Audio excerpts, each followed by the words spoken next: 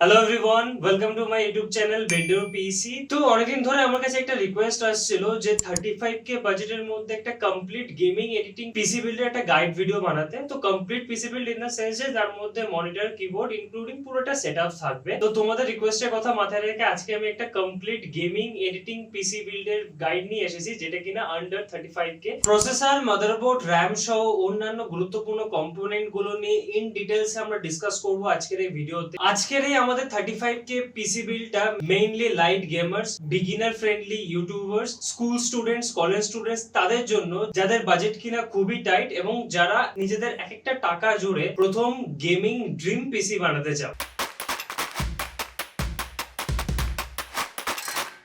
তো প্রথমে চলে আসি প্রসেসরের কথায়। আজকের এই 35K পিসি বিল্ডে আমরা প্রসেসর হিসেবে ইউজ করছি একটা এপিইউ, অর্থাৎ তোমরা ঠিকই ধরেছো, এখানে আমরা ইউজ করছি Ryzen 5 4600G প্রসেসর। তোমরা কেউ চাইলে এই পিসি বিল্ডে Ryzen 5 5600G এই প্রসেসরটাকে ইউজ করতে পারো। যেহেতু আমার বাজেট টাইট 35K, সেই কারণের জন্য আমি 4600G এই প্রসেসরটাকে ইউজ করছি। এর মধ্যে তোমরা Vega 7 গ্রাফিক্স পেয়ে যাচ্ছ, যেটা 5600G এর মতো পাওয়ারফুল না হলেও অ্যাটলিস্ট মডার্ন দিনে দাঁড়িয়ে সমস্ত গেমগুলোকে তোমরা মোটামুটি লো সেটিংসে প্লে করে দিতে পারে। তার সাথে বেসিক ভিডিও এডিটিং বা সফটওয়্যার রিলেটেড কাজগুলো করাতে পারে এই প্রসেসর। Zen 2 আর্কিটেকচার উপর বেস করে তৈরি এই 4000 সিরিজের এপিইউ এর মধ্যে তোমরা টোটাল পেয়ে যাচ্ছ 6 কোর এবং 12 থ্রেড, যেটা গেমিং এর জন্য অনবদ্য। নেক্সট এর মধ্যে তোমরা 4.2 গিগাহার্টজ এর ম্যাক্সিমাম বুস্ট ফ্রিকোয়েন্সি পেয়ে যাচ্ছ। টোটাল ক্যাশ মেমরি পেয়ে যাচ্ছ 11 MB। পিসিআই জেনারেশন 3.0 কে সাপোর্ট করে, সেক্ষেত্রে তোমরা মডার্ন জেনারেশন 5 বা জেনারেশন 4 এর এনভিএমই গুলোকে ইউজ করতে পারবে না, তোমাদের জেন 3 এনভিএমই গুলোকে ইউজ করতে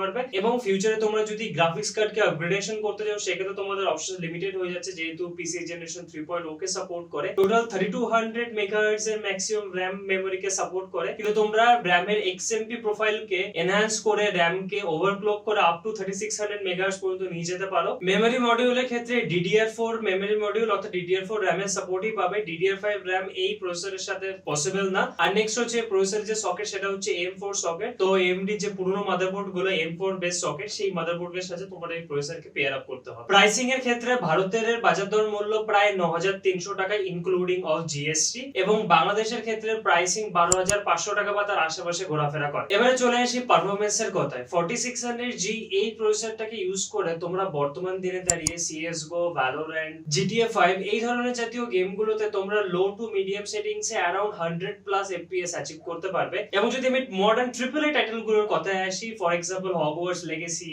god of War, Cyberpunk 2077, Far Cry 6 এই জাতীয় গেমগুলো তোমরা 180p অর্থাৎ কি ফুল এইচডি রেজোলিউশনে একদম লো গ্রাফিক্যাল সেটিংসে अराउंड 30+ FPS পেয়ে যাবে। প্রোডাক্টিভিটির ক্ষেত্রে কেউ যদি বেসিক ভিডিও এডিটর হয়ে থাকো, বেসিক ভিডিও এডিটিং করতে চাও, সেক্ষেত্রে তোমরা অ্যাডোবি প্রিমিয়ার প্রো, ফিল্মোরা জাতীয় সফটওয়্যারগুলোকে ইউজ করে একদম 180 বা ফুল এইচডি রেজোলিউশনে বেসিক ভিডিও এডিটিং তোমরা করতে পারবে এই 4600G প্রসেসরের সাথে। এবারে চলে আসি মাদারবোর্ডস। মাদারবোর্ডের ক্ষেত্রে আমি B450 চিপসেট বেস মাদারবোর্ডের দিকে বেশি ঝুঁকেছি। তার কারণ হচ্ছে প্রথম কথা কস্ট। B450 চিপসেট বেস মাদারবোর্ডগুলো একটু সস্তায় আসে ইন কম্পায়ারিং B550 চিপসেট বেস, কিন্তু কেউ চাইলে B550 চিপসেট বেস মাদারবোর্ডও ইউজ করতে পারো। সো এই ক্ষেত্রে আমার পছন্দের মাদারবোর্ড হলো MSI B450M Pro VDH Max motherboard. যদি ফিচারস এর কথায় আসি, সেক্ষেত্রে M4 সকেটকে সাপোর্ট করে। এই মাদারবোর্ডের মধ্যে 6 ফেজের VRM তোমরা দেখতে পাবে with a dedicated good type of heat sink, যেটা কিনা তোমার VRM এর টেম্পারেচারকে কন্ট্রোল করতে হেল্প করবে। এই মাদারবোর্ডের মধ্যে তোমরা একটা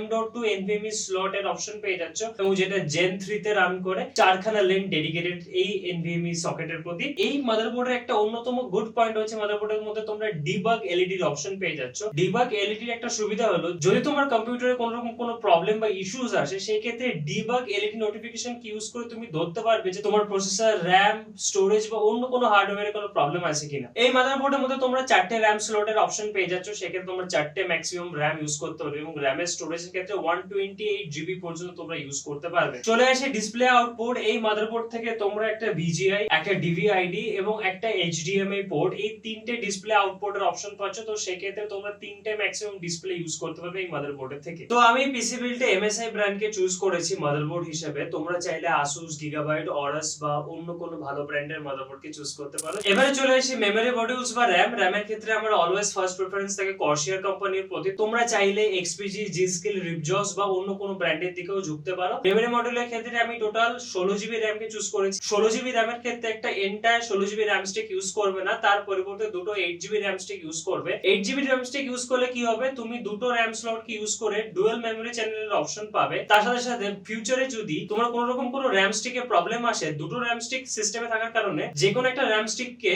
সরিয়ে দিয়ে আরেকটা ভালো র‍্যাম স্টিকের মধ্যে তুমি তোমার সিস্টেমকে চালাতে পারবে। আর 16 জিবি র‍্যাম থাকলে আরেকটা বেনিফিট হলো, যেহেতু আমরা এপিইউ বেস সিস্টেম ইউজ করছি, সেক্ষেত্রে ভিডিও মেমোরির জন্য যে র‍্যামেরটার প্রয়োজন সেটা আমাদের সিস্টেমে যে ডেডিকেটেড র‍্যাম সেখান থেকে যায়। তো এক্ষেত্রে তোমরা কি করতে পারো, বায়োসে গিয়ে যে ডিফল্ট সেটিং র‍্যাম অর্থাৎ র‍্যামের জন্য যে 512 এমবি যে ডেডিকেটেড জিপিইউটা করা আছে সেটাকে বাড়িয়ে তোমরা 2 জিবি করে ফেলতে পারো। সে তোমার গ্রাফিক পারফরম্যান্সে আরো বেশি ভালো পরিমাণে আউটপুট পেয়ে যাবে। তো এবারে চলে আসি আমাদের নেক্সট ইম্পর্টেন্ট কম্পোনেন্ট অর্থাৎ এসএমপিএস বা পিএসইউ। আমি পিসি বিল্ডিং এর সময় আমার অনেক ক্লায়েন্টসদের দেখেছি তারা সস্তা চক্করে পড়ে সস্তার এসএমপিএস নিয়ে যায়। অন্যান্য কম্পোনেন্ট গুলো তো খুব ভালো ভালো কোম্পানির কেনে, কিন্তু 4 থেকে 500 টাকার একটা এসএমপিএস নিয়ে নেয়। তারা বলে এসএমপিএস এ ইনভেস্ট করে কি হবে। প্রথমত এসএমপিএস কি করে, তোমার কম্পিউটারের যে প্রত্যেকটা হার্ডওয়্যার তার ভিতরে পাওয়ার বা ইলেকট্রিসিটি কে সাপ্লাই করে। তো এটা গুড কোয়ালিটির এসএমপিএস কনস্ট্যান্ট একটা পার্টিকুলার ফ্রিকোয়েন্সিতে রাইট অ্যামাউন্ট অফ এনার্জি বা কারেন্ট তোমার হার্ডওয়্যার গুলোকে সাপ্লাই করতে হবে, যার ফলে কি হবে, তোমার হার্ডওয়্যার গুলো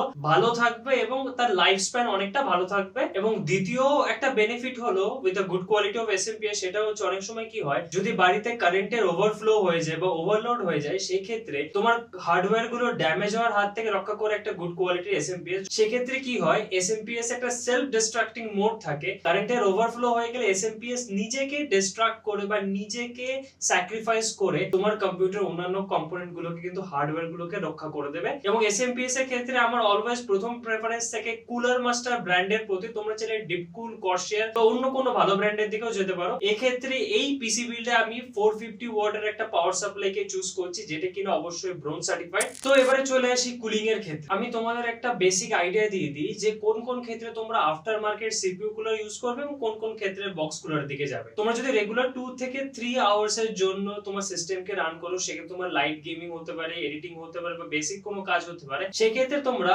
বক্সের সাথে আসা যে সিপিইউ কুলারটা রয়েছে সেই সিপিইউ কুলারের উপর ভরসা দেখাতে পারো। কিন্তু তোমরা যদি রোজ 8 থেকে 9 ঘন্টা কন্টিনিউয়াস তোমার সিস্টেম ইউজ করো with a heavy duty, heavy work loaded work, সেক্ষেত্রে আমি অলওয়েজ রেকমেন্ড করব বক্স কুলারের দিকে ভরসা করো না, একটা আফটার মার্কেট কুলারকে ইউজ করো, যেটা কি করবে তোমার প্রসেসরকে অনেক ঠান্ডা রাখবে এবং তোমার পারফরম্যান্স অনেক বেটার হবে। কারণ যখনই প্রসেসর খুব ওভারহিটেড হয়ে যায়, প্রসেসর নিজেকে রক্ষা করার জন্য প্রসেসরের পারফরম্যান্স ডাউন করিয়ে দেয়। তো তোমার পারফরম্যান্স যাতে ডাউন না হয়, কন্টিনিউয়াস যাতে প্রসেসর একটা কনস্ট্যান্ট পারফরম্যান্স তোমাকে দিতে পারে এবং প্রসেসর যাতে কুল চলতে পারে, সেই কারণের জন্য একটা আফটার মার্কেট কুলার তোমার প্রসেসরের সাথে পেয়ার আপ করা জরুরি। এবং এই ক্ষেত্রে আমি ভরসা দেখিয়েছি अगेन কুলার মাস্টারের প্রতি। Cooler master hyper 212 air cooler, এই কুলারটাকে তোমরা ইউজ করতে পারো এই পিসি বিল্ডের মধ্যে। তো এবারে চলে আসি স্টোরেজের ক্ষেত্রে তোমাদের প্রথম প্রেফারেন্স থাকবে একটা M.2 NVMe SSD ইউজ করা। বাজেট খুব কম থাকলে 250 GB NVMe SSD ইউজ করতে পারো, বাজেটটা ভালো থাকলে 500 GB বা 1 TB ইউজ করতে পারো। তো এই ক্ষেত্রে তোমরা যদি বাজেটের মধ্যে থেকে একটা ভালো Gen 3 SSD চাও, সেক্ষেত্রে আমার পছন্দ হচ্ছে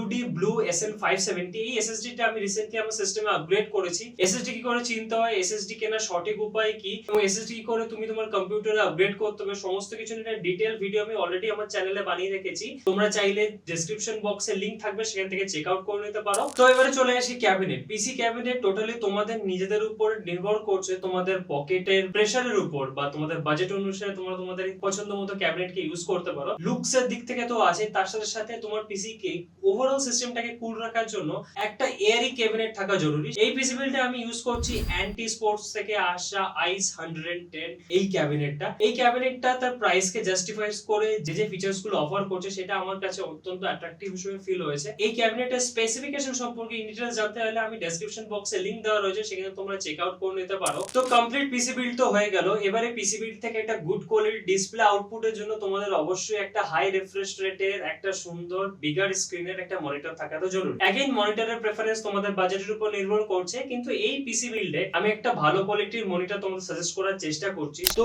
আমার পছন্দ হচ্ছে কুলার মাস্টার থেকে আসা GA241 23.8 ইঞ্চের এই মনিটরটা। এই মনিটর নেওয়ার আমার অন্যতম কারণ হচ্ছে, প্রথম কথা হচ্ছে প্রাইস। ইন্ডিয়ান মার্কেটের প্রাইস 7350 টাকা এবং এই প্রাইসের এগেইনস্টে এই যে ফিচারস গুলো अवेलेबल করছে সেটা অত্যন্ত জাস্টিফাইড। প্রথম কথা এই মডেলের মধ্যে তোমরা 100 হার্টজ এর রিফ্রেশ রেট পেয়ে যাবে with 1 millisecond response time, যেটা কিনা খুবই অ্যাট্রাকটিভ। এই মডেলের মধ্যে তোমরা অ্যাডাপ্টিভ ফ্রি সিঙ্ক পেয়ে যাবে, অর্থাৎ তোমরা যদি এনভিডিয়া বা AMD গ্রাফিক্স কার্ড লাগাও তাদের যে স্পেসিফিক সিঙ্ক গুলো আছে তার সাথে তোমরা এটাকে ম্যাচ আউট করতে পারো। স্ক্রিন রেজোলিউশনের ক্ষেত্রে 1920x1080p রেজোলিউশন তো ফুল এইচডি রেজোলিউশন কে সাপোর্ট করে। ডিসপ্লে আউটপুটের ক্ষেত্রে তোমরা একটা VGA পোর্ট এবং একটা HDMI পোর্টের अवेलेबल পাচ্ছ, তার সাথে সাথে একটা অডিও জ্যাকের পোর্টও তোমরা পেয়ে যাচ্ছ মনিটরের সাহায্যে। বাকি এই মনিটরের ফুল ডিটেইলস সম্পর্কে জানতে হলে কি কি স্পেকস অফার করে আমি ডেসক্রিপশন বক্সে লিংক দিয়ে দেবো, সেখানে তুমি চেক আউট করে নিতে পারো। তো চলে আসে আমাদের অন্তিম হার্ডওয়্যার, অর্থাৎ কি মাউস কিবোর্ড। মাউস কিবোর্ড ছাড়া তোমরা কম্পিউটার অপারেট করতে পারবে না। তো এই ক্ষেত্রে অ্যারাউন্ড তোমাদের কাছে ভ্যারাইটি অপশনস अवेलेबल রয়েছে। তো এই ক্ষেত্রে আমি ইউজ করলাম Zebronics থেকে আসা ট্রান্সফর্মার কিবোর্ডটা, যেটা কিনা কিবোর্ড মাউসের কম্বো এবং এটা গেমিং অ্যাস্থেটিক লুকও দেয় এবং মেকানিক্যাল ফিল দেয়। তো